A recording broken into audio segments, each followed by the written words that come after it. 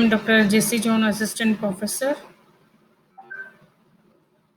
Department of Anatomy, Jyoti Vidyapeeth Women's University, Jaipur. And today we will discuss anatomy of the joints. Namaste, हमेशा खुश रहो बिटिया. And we will discuss about the joints. And first we will know about the joints. What is the joint? So this is the introduction of the joint. Now, joint is a junction between the two or more bones or the cartilages, and it is a device to permit movements. So, what is the joint? Joint is the junction. It is the junction in between two or the more bones or the cartilages. So, what is the joint? Joint is like a device that permit movements of the bones also. With the exception of the hyoid bone, every bone in the body is connected to or forms a joint. So the hyoid bone is not connecting any other bone to formation a joint, but other bones that present in our body is able to form the joints by joining the other bones. There are 230 joints in the body. Now we will say what is the function of the joint. It holds the skeletal bone together because every bone is joining with another bone, and so they hold the whole skeletal system will hold together. They allow the skeleton some flexibility so gross movement can occur, and it can make bone growth possible. So joint as the thing, joint is a device that permits the movement, that permits the growth, and they hold the whole skeleton system together. Now we will classify the joints, and it is the most important section of the joints. What is the classification of the joints? And there are so many kinds of the joints in our body, and how we will classify all the joints in different form. So first we will classify the joints in two structure, that is the structural form and functional form. And we will say structural classification is determined by how the bones connect to each other, while functional classification is determined by degree of movement between the articulating bones or the joining the bones. Now we will say the structural classification. There are three types of the joint, that is the fibrous types, cartilaginous type, and synovial type. And the fibrous type, it seems there is a fibrous, they are connected to the joint, so this is the more fixed joint.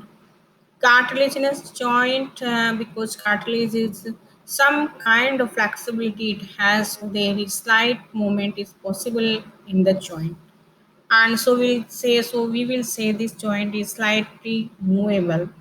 Now we will say synovial joint is the freely movable joint because it has the synovial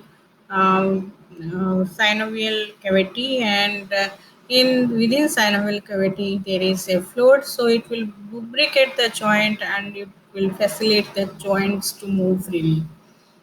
Now we will see the what kind of the fibrous joints in our present in our body. There are sutures, and there are composits, there are syndesmosis, and there are sutures. These are different type. There can be plain, there can be squamous, there can be serrate, there can be dentate, there can skin dialysis. So you can see in this picture, and you can understand more easily how the types of the fibrous joint, that the sutures joint is looking like.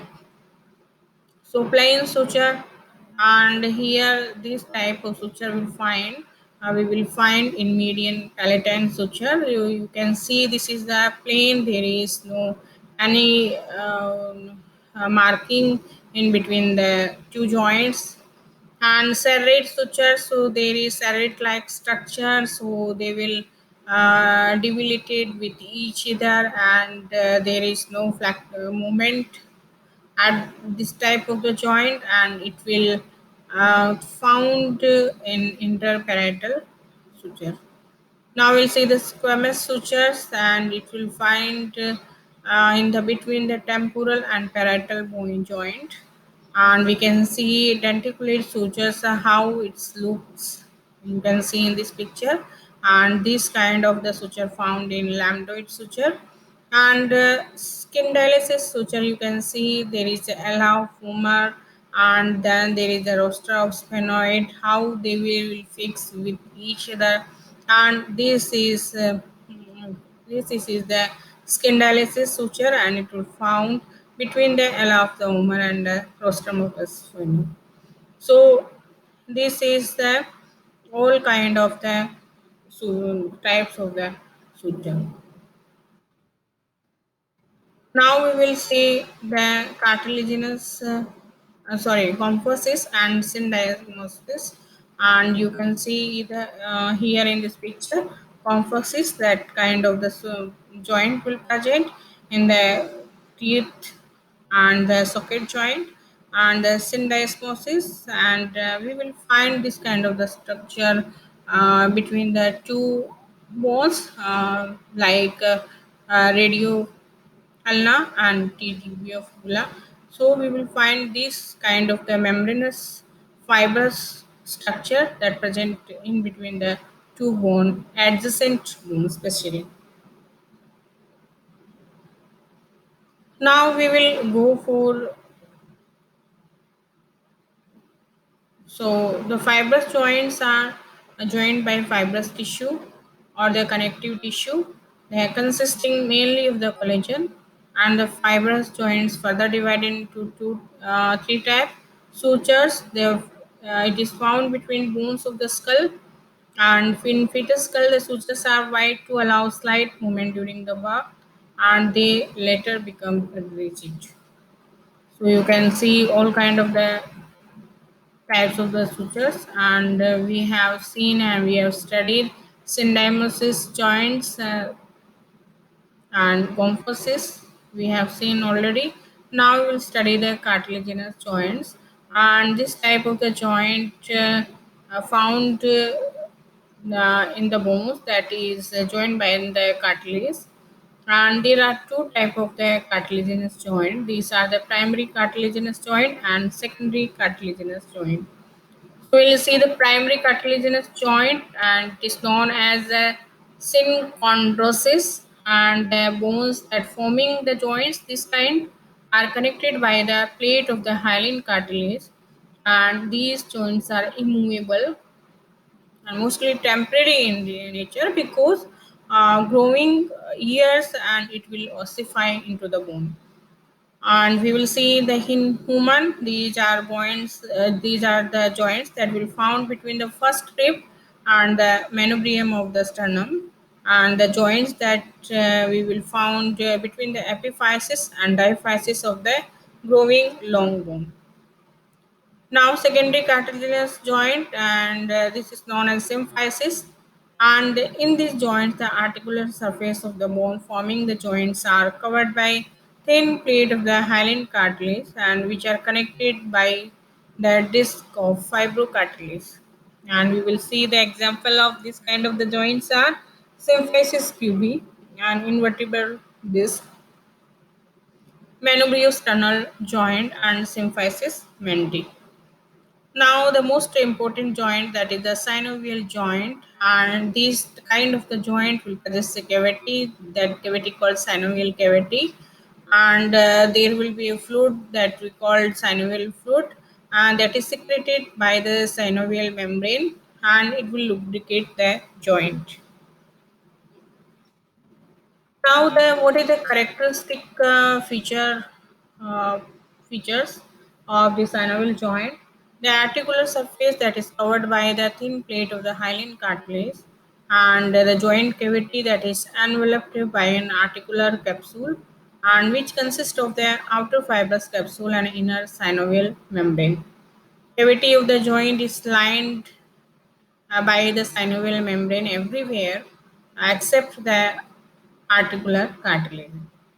And this cavity is filled with the synovial fluid that is secreted by the synovial membrane, and it provides the nutrition to the articular cartilage, and it will provide the lubrication for the joint. Some joint cavity completely or incompletely divide into articular disc and meniscus. Now we'll see the types of synovial joint, that is the important synovial joint that is found in our body.